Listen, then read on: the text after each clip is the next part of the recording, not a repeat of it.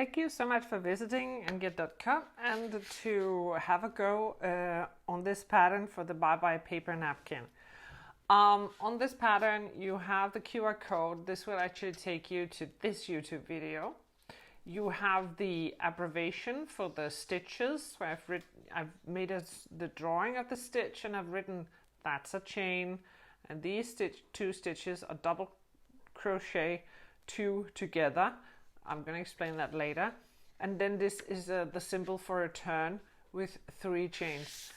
You can see them here, all of them on the pattern. What tools you need? You need 2 crochet hooks, 4.5, 5.5 millimeters, a darning needle and a scissor to finish up. And for this pattern I used 50 grams of mercerized cotton. Get a good quality, which is mercerized, so it's going to be durable and last you a long wear and tear. The yardage is approximately on this type 125 meters, and the pattern shown here is the size of the paper napkin for which 50 grams is sufficient.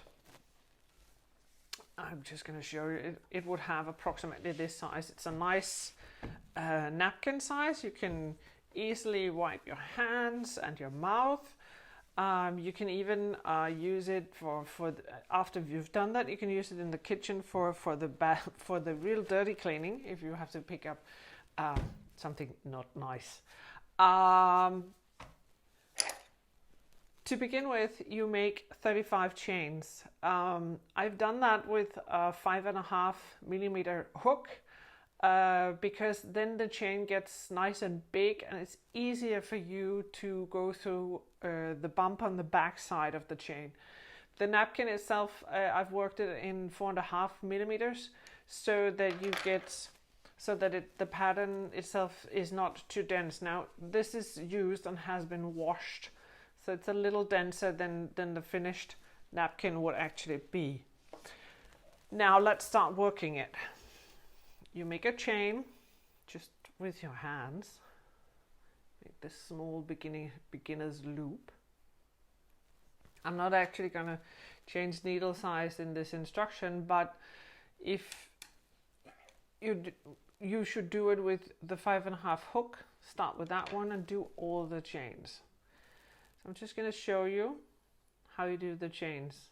I'll tighten the yarn a little after you put the crochet hook through the loop and make chains. Now the way you do that is you just pull the yarn through with the crochet hook like that, and you repeat. Pull the yarn through, pull the yarn through, and pull the yarn through. Now the first loop that I made, I'm not actually counting it.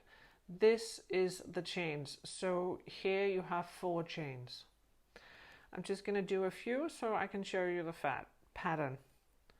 5, 6, 7, 8, 9. I'm not going to do more than that, but go all the way up to 35 chains.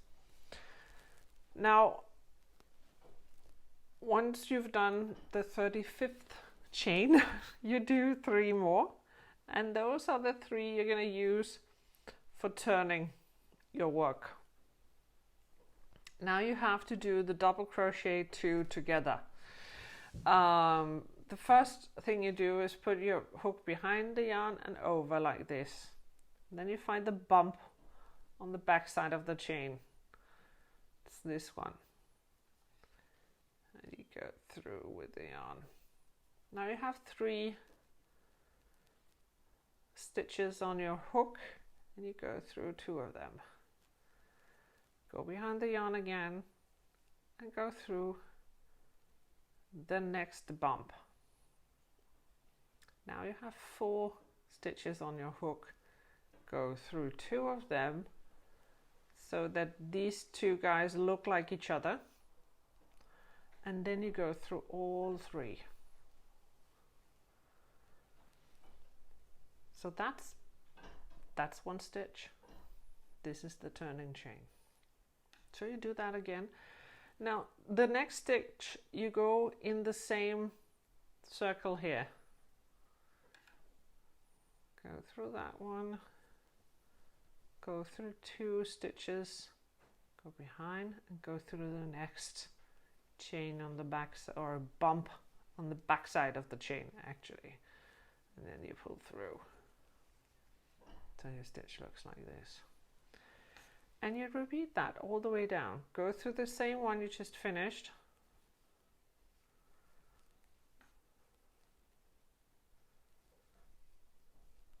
Have 4 stitches, go through 2, go through all 3.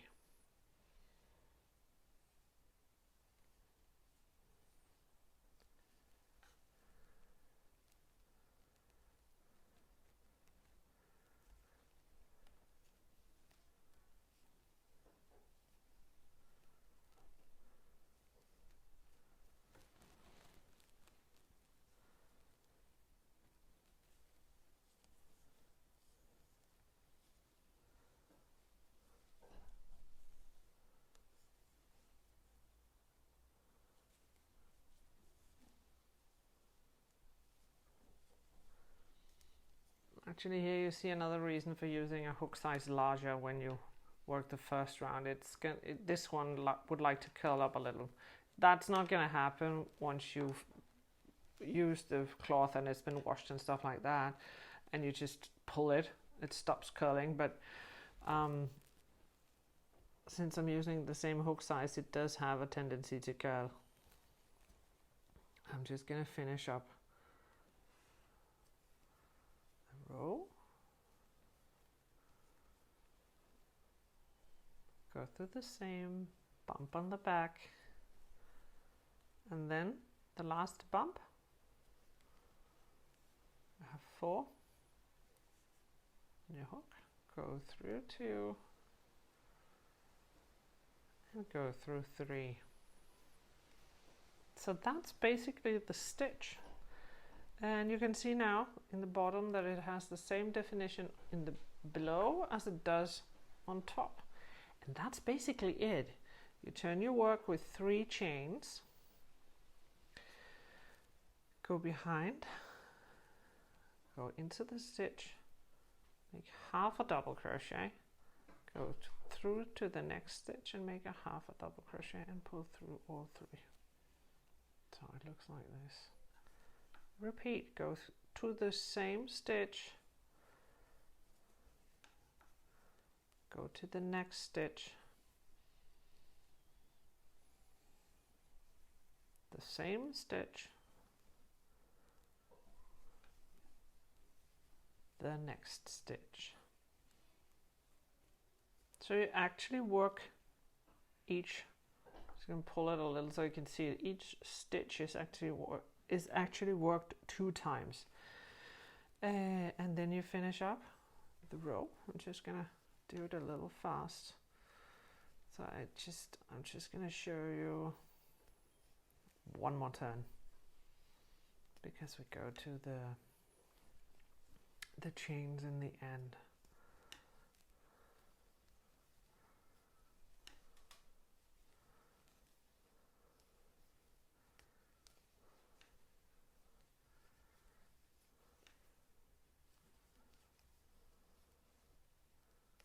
So don't finish here, not just yet. Just work the stitch again like you've done with all the other stitches. Go behind the work, and then you just work the top chain. Okay, this wool is not, it's a little tricky, but work the top chain like this and pull through, and I'm pulling through both of the tops. Again, you have 4 stitches, pull through 2, you have 3, and pull through all 3 of them. So your work looks like this. Work 3 chains, 1, 2, 3, go behind the yarn, and turn your work and work the first stitch once, the next stitch once, and then you worked the first double crochet 2 together here, and then you just continue, go through the same one, go through the next one, join all 3. So eventually you're going to get a nice straight edge when you work the stitches like this, as you see in the finished pattern here. The last thing I want to show you is how to change color. So you just finish your row,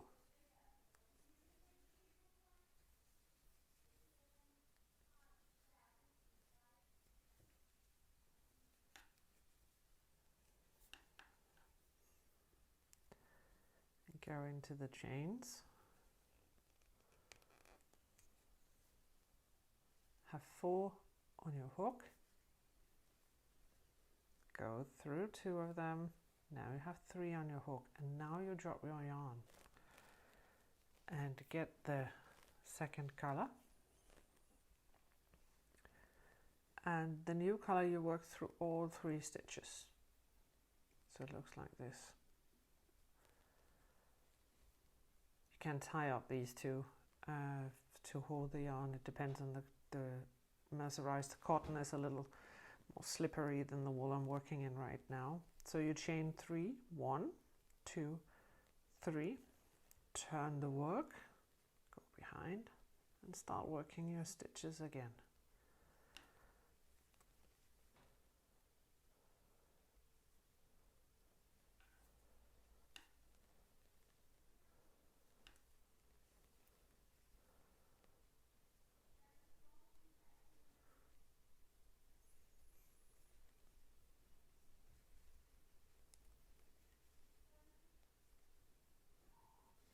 So the color change will look like, the change of color will look like this on one side, like this on the other.